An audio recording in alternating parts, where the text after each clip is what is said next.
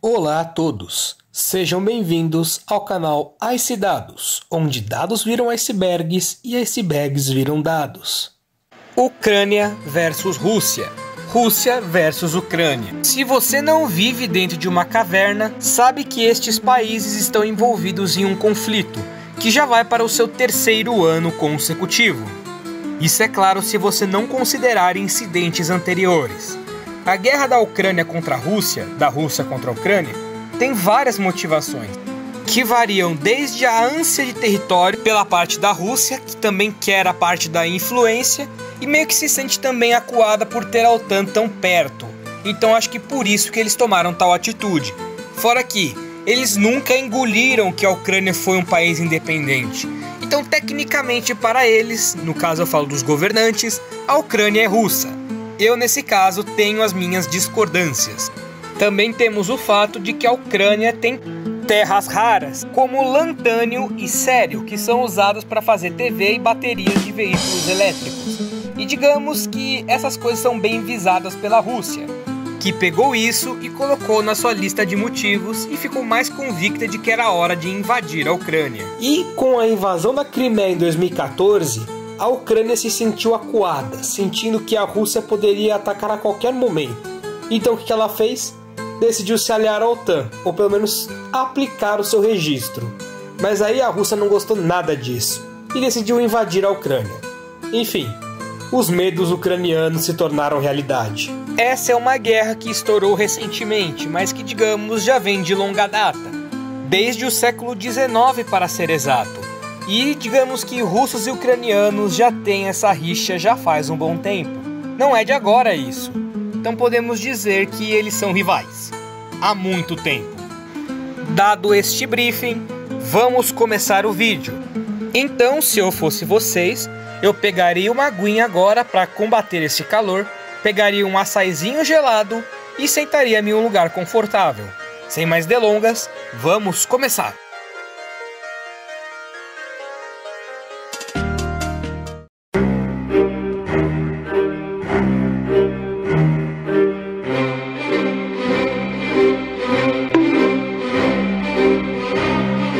Em 2014. A invasão da Crimeia pela Rússia em 2014 foi um evento marcante na geopolítica moderna. A crise começou após a deposição do presidente ucraniano, Viktor Yanukovych, que era pró-Rússia, durante os protestos conhecidos como Euromaidan. Estes protestos surgiram devido à decisão de Yanukovych de rejeitar um acordo com a União Europeia, de natureza comercial. E ele optou por estreitar laços com Moscou, o que gerou protestos e muita gritaria. E pouco tempo depois, Viktor Yanukovych foi deposto, e durante essa instabilidade política, o Kremlin se aproveitou disso para tomar a Crimeia de volta. E falando sobre a Crimeia, ela é uma península estrategicamente localizada no Mar Negro, e tem uma longa controvérsia e laços com a Rússia. Embora ela foi transferida para o domínio ucraniano em 1954 por Nikita Khrushchev, a região manteve uma população de maioria russa. E essa era uma justificativa que Vladimir Putin e o Kremlin tiveram para tomar essa região da Ucrânia. Mais especificamente, em março de 2014, um referendo foi realizado naquela região, onde a maioria da população da Crimeia optou por se juntar à Rússia. É lógico, este referendo foi amplamente criticado pela ONU e por muita gente da comunidade internacional, dizendo que, na verdade, esses não foram os resultados e que foi fraudado. É muito difícil você provar se foi de verdade algo com lisura e respeitando os princípios democráticos. E após isso, a Rússia colocou as suas mãos na Crimeia. E aí, sanções começaram a ser mandadas para Moscou, que se manteve firme na sua posição, dizendo que, pelo fato da maioria da população de lá ter etnia russa e de ter importância na parte histórica e econômica para a região, foi de suma importância para eles pegarem isso. O que eu achei uma justificativa bem estapafúrdia, para ser exato.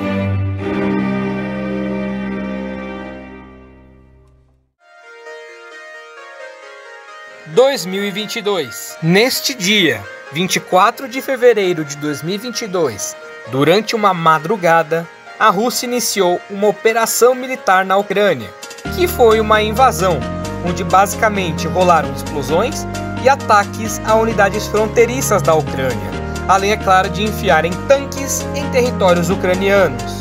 A consequência disso chegou em Volodymyr Zelensky, que declarou lei marcial à época. E não foi só na fronteira da Ucrânia com a Rússia que rolou esse tipo de coisa. Belarus foi utilizada como um estado fantoche para que as tropas russas pudessem passar por lá e chegar no norte da Ucrânia. Ou seja, não foi um único fronte de invasão, foram vários. Tanto que, na época, o chanceler ucraniano Dmytro Kuleba disse: a invasão é total, sem definir uma região em especial. Após isso, uma montanha de sanções começou a se aglomerar para cima dos russos. Várias empresas deixaram a Rússia. Muito capital deixou a Rússia também. A Rússia saiu de importantes acordos econômicos como o SWIFT. E é claro, a população de um modo geral, no caso da Ucrânia e de vários outros países no mundo, reprovaram esta coisa. Afinal, não estamos mais no século XIX, estamos em 2022, século XXI. Esse tipo de coisa não deveria mais acontecer, mas infelizmente o ser humano não é confiável. A Rússia achava que iria tomar o território ucraniano, depor Volodymyr Zelensky em pouquíssimo tempo, porém eles estavam enganados e acabaram tendo muita resistência dos ucranianos, que é claro, tiveram ajuda financeira dos Estados Unidos e também da União Europeia, principalmente dos Estados Unidos, que deu a maior parte. E falando dos Estados Unidos, foram eles que fizeram o convite à Ucrânia de se juntar à OTAN. E olha, eu não julgo a Ucrânia de querer se juntar à OTAN. Você vê o seu vizinho, a Rússia, tomando um território que era seu à força, e ninguém faz nada? É claro que eu iria me juntar à OTAN. Só que eu pediria para agilizar o processo, porque, digamos, tem um inimigo um pouco chato do meu lado, sabe? Alguém com muita motivação expansionista. O Putin parece querer a todo custo reviver a União Soviética. E para isso ele precisaria pegar territórios, que é exatamente o que ele está fazendo. Então eu não julgo o Zelensky por ter tentado se proteger e proteger o seu povo. E é claro, essa guerra não teve só consequências para os dois envolvidos, foi para todo mundo. Afinal, na Ucrânia tem grãos que passam por lá, que são exportados, e com a guerra isso já não foi mais possível. A Rússia era uma grande fornecedora de gás para a Europa, então com as sanções a Rússia cortou esse fornecimento. Sem falar, é claro, na crise dos refugiados da Ucrânia. Milhões de ucranianos deixaram a sua casa para buscar um outro lugar porque não queriam morrer na guerra, ou por consequência dela. Além, é claro, da destruição em massa de edifícios e outros locais em território ucraniano. E vamos dizer que as baixas também são muito impactantes. Óbvio, não vai matar tanto como se fosse uma guerra mundial, mas pense pelo lado de uma mãe, um pai, que tem que enterrar o seu próprio filho. Ou, por exemplo, de uma esposa que perdeu o seu marido na guerra. Vamos dizer que, mesmo que não tenha matado milhões e milhões e milhões de pessoas, arruinou muitas vidas. E isso não se restringe apenas a ucranianos e ucranianas. Os russos também se ferraram por causa disso. Afinal, muita gente que não teve nada a ver com isso foi obrigada a ir para a guerra. Tanto que durante um tempo, as coisas que foram mais pesquisadas no motor de busca lá na Rússia era como quebrar o meu próprio braço sem sentir dor. Ou seja, o pessoal queria uma justificativa para não ter que ir para a guerra. E por isso, muita gente deu no pé da Rússia. Até que o Putin teve que, digamos, colocar um freio nessa galera para dizer: eu preciso de soldados, vocês não vão embora. Porque, pelo amor de Deus, nessa guerra que coisa sua, Putin. Você tá arrastando gente com você sem sentido. Não que o Zelensky seja um santo e não que a Ucrânia não tenha falhas. Mas é aquilo, né? Numa guerra, os civis são os que mais perdem. Sejam eles do lado agressor ou do lado agredido. Afinal, por que os presidentes não saem num ringue de boxe para resolver isso? Por que tem que envolver as pessoas? É sério, isso é uma coisa que eu nunca entendi. 10 milhões. Este é o número total de ucranianos que tiveram que sair de suas casas e procurar outro lugar para morar, sendo que 67% deste montante foi se refugiar fora da Ucrânia. E, bom, essas pessoas estão querendo fugir de uma guerra. É óbvio, ninguém quer morrer. E essas pessoas só querem recomeçar suas vidas em um outro lugar. E qual foi o local mais procurado por eles? A Polônia foi o mais procurado, recebendo 1,5 milhão de pessoas. Depois tivemos a Alemanha, que recebeu cerca de 1 milhão. Ah, e só uma nota de rodapé. O principal time ucraniano da principal liga, o Shakhtar Donetsk, manda seus jogos no Volksparkstadion, o estádio do Hamburgo, lá na Alemanha. Ou seja, não foram só pessoas que migraram de país. Clubes de futebol também o fizeram. E nessa ordem também se seguem com a República Tcheca, que recebeu 486 mil, a Itália com 170, a Espanha com 161 e o Reino Unido com 158. Mas aí você se pergunta, o Brasil entrou nessa jogada também? Quantos ucranianos e ucranianas o Brasil recebeu? Bom, segundo as fontes, cerca de 894 ucranianos chegaram ao Brasil. Pode não ser muito, mas o nosso país é perfeito para receber imigrantes. Afinal, nossa história foi construída por eles. E eu espero que esses 894 ucranianos que estão aqui no Brasil e os milhões que estão através deste mundo possam ter uma vida melhor. E é claro, meu maior desejo é que a guerra da Ucrânia se acabe e que as pessoas responsáveis sejam punidas severamente por isso. 300 mil. Essa é a estimativa para o número de baixas na guerra. 300 mil pessoas. Imagine que cada uma dessas pessoas tinha família, tinha uma história, tinha o que viver. Tudo perdido por causa de uma guerra. Sendo que deste número, 10 mil são civis ucranianos e 290 mil são militares de ambos os lados. 10 mil pessoas que nada tinham a ver com a guerra perderam a vida por causa dela. Só lembre que esses dados são apenas estimativas. Não tem como ter certeza, os números podem ser menores ou maiores, já que é muito difícil de você ter precisão em um contexto de guerra. Então, se eu contei a mais ou a menos, de acordo com as fontes que eu li, eu de antemão já peço desculpas. Mas aquele negócio, é muito difícil precisar o quanto de exato as pessoas perderam suas vidas. 20%. Esse é o tanto que a Rússia ocupou de território ucraniano desde então. Ou seja, de todo o território que a Ucrânia tinha antes da guerra, 20% já está sob domínio russo. É claro, a Ucrânia já recuperou alguns de seus territórios, mas ainda não conseguiu recuperar tudo, principalmente quando falamos em regiões rebeldes que começaram toda essa treta, como Donetsk e Lugansk, que pela Rússia foram reconhecidas como países independentes, estados independentes, e aproveitaram esse contexto para invadir a Ucrânia também. Ou seja, não foi só por um motivo, foram por vários motivos. Lugansk e Donetsk são apenas uma parte disso tudo.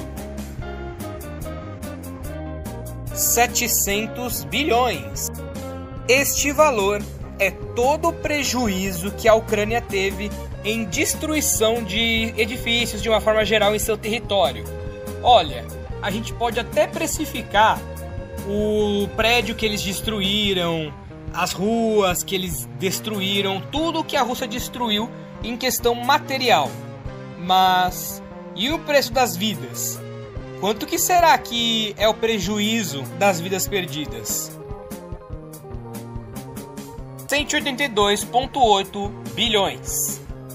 Este valor foi o tanto que os Estados Unidos, entre ajuda financeira e também ajuda com equipamentos militares, foi dado para a Ucrânia.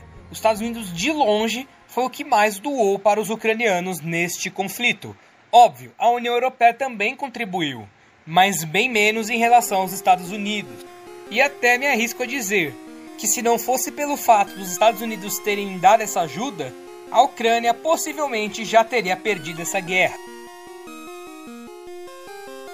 139. Bom, esse foi o tempo que a transmissão de uma conversa entre Donald Trump, atual presidente dos Estados Unidos, e Volodymyr Zelensky, presidente da Ucrânia. Eles estavam lá para discutir a paz na guerra da Ucrânia. Porém, eles tiveram um bate-boca, onde o Trump acusa o Zelensky de estar usando as vidas dos ucranianos como barganha, e o Zelensky diz que Trump não sabe o que ele está dizendo e que ele está simplesmente querendo que a Ucrânia se ajoelhe perante aos russos. Por fim, essas conversas vão ter uma consequência, certamente. Tanto que o Trump já disse que ele pretende encerrar a ajuda para a Ucrânia, o que pode severamente mudar o quadro dessa guerra. 78%. É estimado que esses são os níveis do PIB da Ucrânia.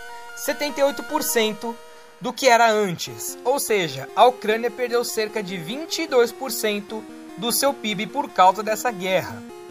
Sendo que, originalmente, o PIB da Ucrânia girava em torno dos 250 bilhões de euros. E hoje roda na casa de 178 bilhões. Uma queda brusca. 123. Esse é o número de países que são membros do Tribunal Penal Internacional e que, caso Vladimir Putin pise em um desses 123 países, ele será preso. Ou seja, em mais da metade dos países do mundo, Putin não pode pisar, porque senão ele vai ser preso. E o Brasil é um deles? A resposta é não. Então Putin ainda pode vir e tomar um sol na praia de Copacabana. Enfim, é isso. Espero que vocês tenham gostado do vídeo. Eu agradeço a todos que viram esse vídeo. Deixem o seu gostei caso gostaram, obviamente. E para aqueles que quiserem se juntar a mim nessa aventura pelas camadas de gelo, considerem se tornar um inscrito. Eu fico por aqui, agradeço pela audiência e vejo vocês em breve.